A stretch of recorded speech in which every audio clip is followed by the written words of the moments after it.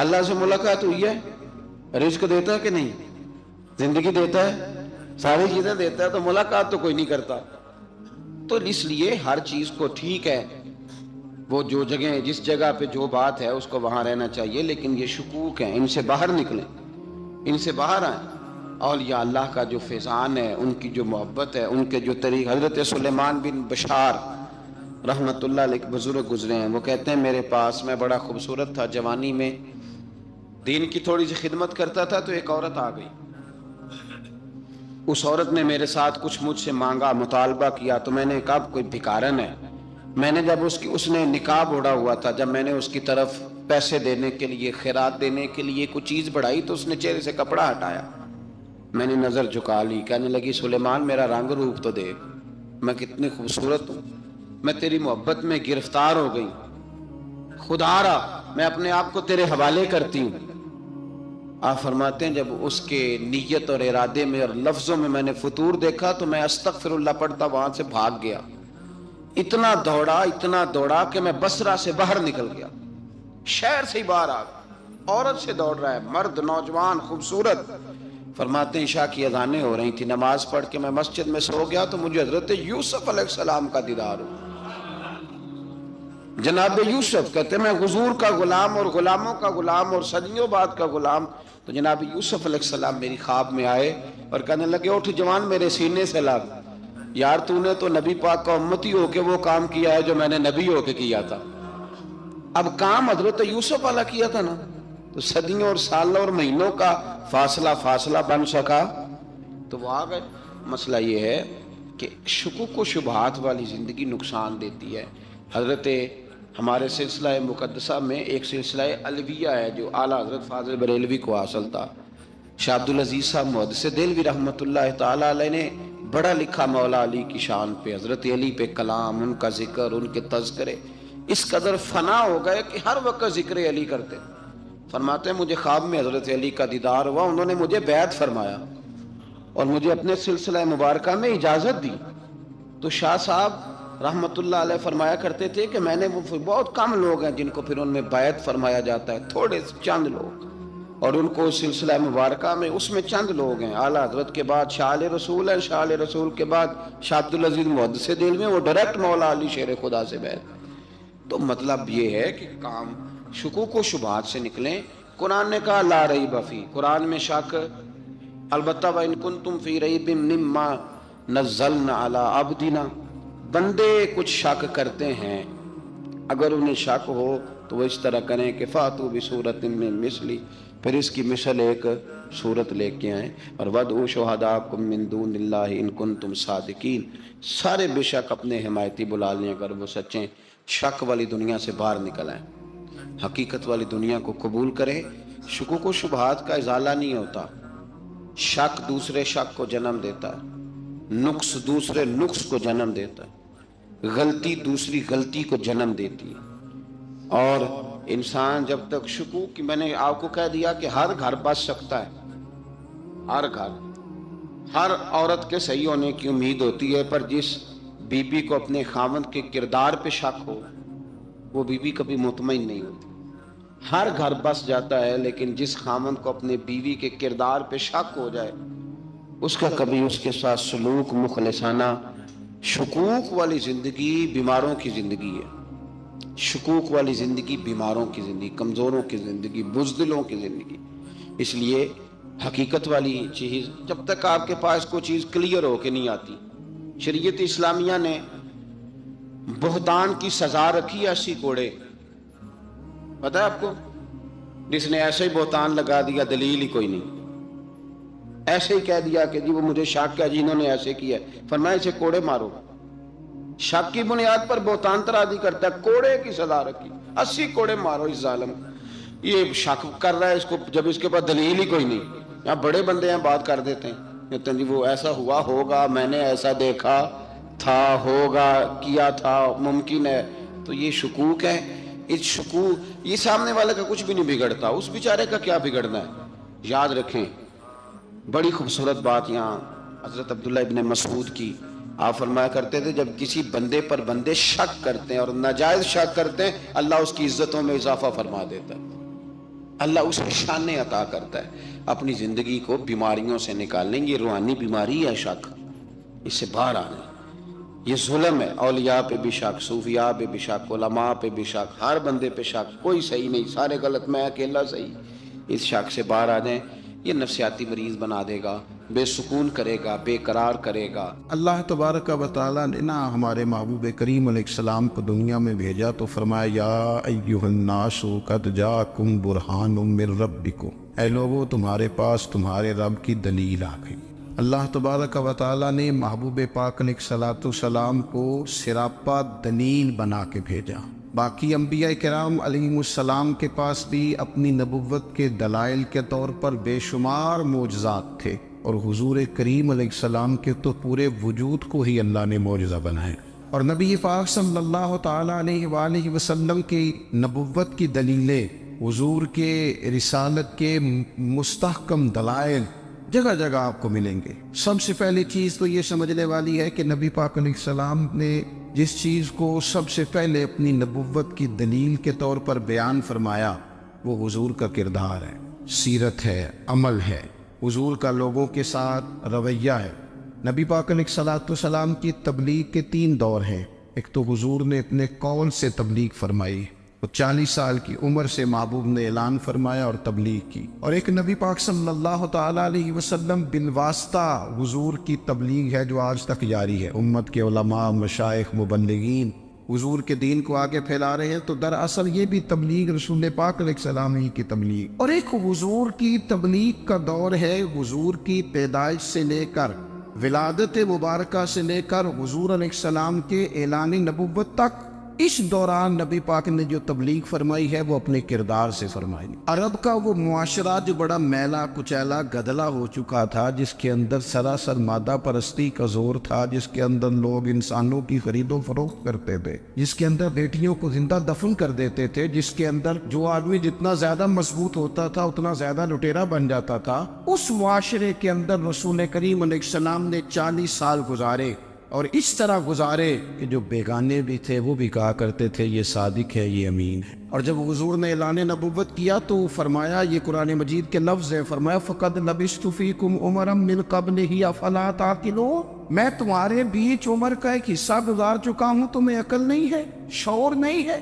نبی کریم علیہ السلام نے اپنے کردار کو، اپنے عمل کو اپنی نبوت کی دلیل کے طور پر بیان فرمایا. وہ تو حضرت حلیمہ بھی فرماتی ہیں نا، جب نبی کریم علیہ السلام کو اپنے گھر لے گئی تو میرا اپنا بچہ بھی دودھ پیتا تھا، 2 میرے بیٹے ہو گئے، ایک میری یہ نسبی اولاد اور حضور میری رضائی اولاد. تو کہتی ہے جب میں کریم محبوب علیہ السلام کو اپنے سینے سے لگاتی تھی تو حضور میرے ایک پستان سے دودھ پیتے تھے اور دوسرا اپنے بھائی کے لیے چھوڑ دیا کرتے. یہاں سے رسول کریم علیہ السلام نے کردار کے ذریعے تبلیغ اور پھر اعلان نبوت سے پہلے ایک تنظیم عرب کے جوانوں پر، عرب کے سرداروں پر مشتمل بنائی گئی، جس میں نبی کریم علیہ السلام نے بڑا حصہ لیا سرکار نے، اور بڑے اہم لوگوں کو شعور حضور نے عطا فرمائے. وہ اس جماعت کا فیصلہ تھا کہ ہم سارے جوان، سارے بڑے لوگ ملیں گے. یہ حضور کے اعلان نبوت سے پہلے کی بات ہے. ہم بڑے لوگ ملیں گے، کسی بڑے کو کسی چھوٹے پر ظلم نہیں کرنے دیں گے، کسی آدمی کو کسی غریب کا حق نہیں کھانے دیں گے. حضور علیہ السلام نے نا اپنی کردار سے، اپنے عمل سے،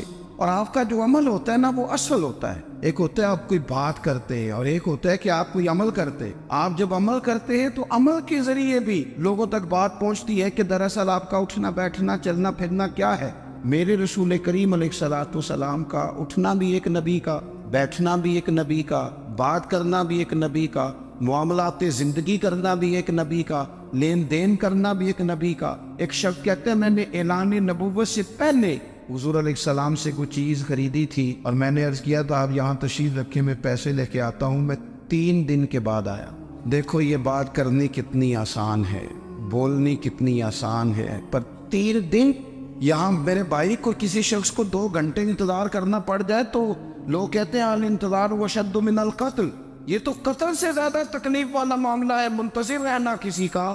کہتے 3 دن کے بعد میں آیا تو میرے رسول کریم وہیں تشریف فرمایا. بس اتنا فرمایا یار تم نے مجھے بڑی تکلیف میں ڈال دیا، 3 دن ہو گئے یہاں رکے ہوئے. تو حضور نے اپنے کردار کو، اپنے عمل کو، اپنے معاملات کو سب سے پہلے اپنی نبوت کی دلیل کے طور پر پیش کیا۔ کسی نے کیا خوب کہا تھا کہ جو تیری جان کے دشمن ہے وہ بھی کہتے ہیں، بظاہر تو آئے ہیں نا ہجرت کی رات جان لینے، لیکن امانتیں حضور کے گھر میں رکھی ہوئی ہیں، امانتیں کاشانہ نور پہ پڑی ہے۔ وہ جو تیری جان کے دشمن ہے وہ بھی کہتے ہیں کہ امین تو ہے اور صداقت کی آبرو تو ہے۔ تو پہلے کردار، پھر دوسری بات، اللہ تعالیٰ نے اپنے محبوب علیہ السلام کو اپنا مطلق نائب بنا کر، اپنا محبوب اعظم بنا کر، ویسے ہی سارے انسانوں کے بارے میں کہا وَإِذْ قَالَ رَبُّكَ لِلْمَلَائِكَةِ إِنِّي جَاعِلٌ فِي الْأَرْضِ خَلِيفَةً، میں زمین میں اپنا نائب بنانے والا ہوں۔ لیکن حضور علیہ السلام تو محبوب ہے نا، حضور کی نیابت تو محبوبیت کے درجے پر فائز ہے۔ تو رسول پاک کو رب کریم نے اس طرح کا بنا کے بھیجا کہ حضرت عبداللہ ابن رواحہ رضی اللہ تعالیٰ عنہ بیان فرماتے ہیں کہ اگر حضور کوئی معجزہ نہ بھی دکھاتے، نبی کریم علیہ السلام سے کوئی اعجاز لوگ نہ بھی دیکھتے، تو محبوب کا تو چہرہ ہی اس طرح کا تھا، لوگوں نے دیکھتے جانا تھا اور کلمہ پڑھتے جانا تھا۔ لیکن باوجود اس کے میرے رسول پاک کا اعجاز یہ ہے، کمال یہ ہے کہ حضور کبھی اشارہ کر دیں تو چاند دو ٹکڑے ہو جائے، کبھی دعا مانگ دیں تو ڈوبا ہوا سورج واپس آ جائے، کبھی محبوب گزرنے لگے تو پتھر آپ پر سلام پڑے، کبھی حضور پہاڑ پر چڑھ جائے تو پہاڑ وجد میں آ کر جھومنے لگے، محبوب کا کبھی نماز پڑھاتے ارادہ بن جائے تو اللہ تعالیٰ قبلے کا رخ ہی تبدیل فرما دے۔ کیا خوبصورت سوچ ہے اور کیا نظریہ دیتے ہیں بریلی کے امام، فرماتے اجابت کا جوڑا عنایت کا صحرا دلہن بن کے نکلی دعائے محمد، اور اجابت میں جھک کر گلے سے لگایا پڑی ناز سے جب دعائے محمد، دیکھو خدا کی رضا چاہتے ہیں دو عالم، خدا چاہتا ہے رضائے محمد صلی اللہ تعالی